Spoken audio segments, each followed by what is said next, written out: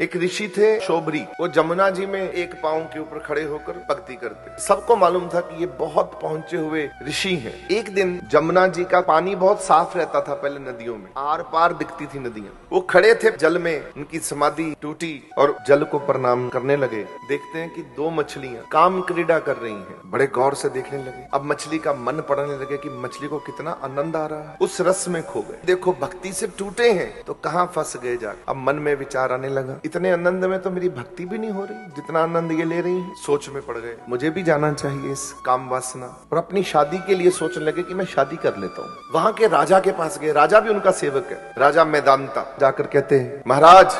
और महाराज ने देखा कि ऋषि शोभरी जी आए हैं, चरण पकड़े। राजा आज मैं तुमसे कुछ लेने आया हूँ। कहिए मुनिवर। बोले तुम्हारी 50 लड़कियां हैं तो मैं एक से शादी करना चाहता। राजा सोच में पड़ गया कि गुरुजी आप तो ब्रह्मचारी। बोले खामोश, मैं जो कर रहा हूँ सोच समझ के कर रहा हूँ। राजा डर गया। गुरुजी आप कृपा कीजिए, आपका ही है। मैं 50 बच्चियों को इकट्ठा करता हूँ, जो आपको पसंद कर ले आप शादी कर लीजिएगा उसके साथ। अब मन में उन्होंने सोचा कि ये तो ऋषि हैं, शक्ल इनकी बेशक्ल है, इनको मेरी बेटियां कहाँ पसंद करेंगी। अब ये मन में सोचा तो उन्होंने मन पढ़ लिया और अपनी काया कल्प कर दी। सुंदर बन गए एकदम। पहुंच गए उस बड़े कक्ष में जहाँ पर की बेटियां थी। जाकर स्थान ग्रहण किया। पहले स्वयंवर चलते थे तो अब सबको जयमाला दी गई। जब सब बच्चियों ने देखा तो सबके मन में आ गया कि ये मेरा वर बन जाए। अब 50 ने सोच लिया। अब 50 का मन पढ़ लिया उन्होंने। राजा को बोला ये सारी की सारी अब मेरी रानियां हैं। अब राजा ने कहा जो पसंद करेगा, तो सबने पसंद कर लिया। अब सब रानियां हो गई। अब वैभव, राजमहल और 50 रानियों के साथ ऋषि शोभरी रह रहे हैं। उनकी जीवन में अब भोग ही भोग है। अब इतनी वासना अंदर प्रबल हो गई, वासना से बाहर ही नहीं आ रही। अब जब तीसरा चौथा साल हुआ, अब मन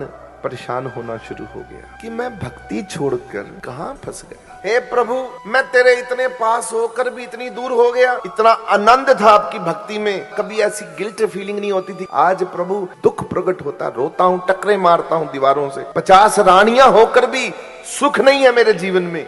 भगवान से प्रार्थना करने लगे।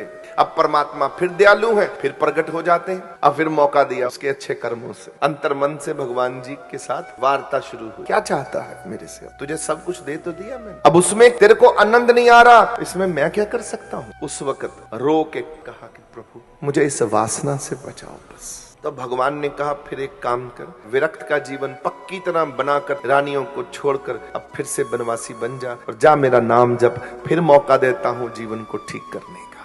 साधु फिर से साधु बन गया। 3 साल में हालत खराब हो गई उसकी। उसके पास राजमहल, हाथी, घोड़े, नौकर, चाकर, 50 रानियां उसके पास है, फिर भी वो अतृप्त है। आप लोग क्या ढूंढ रहे हो इस संसार में?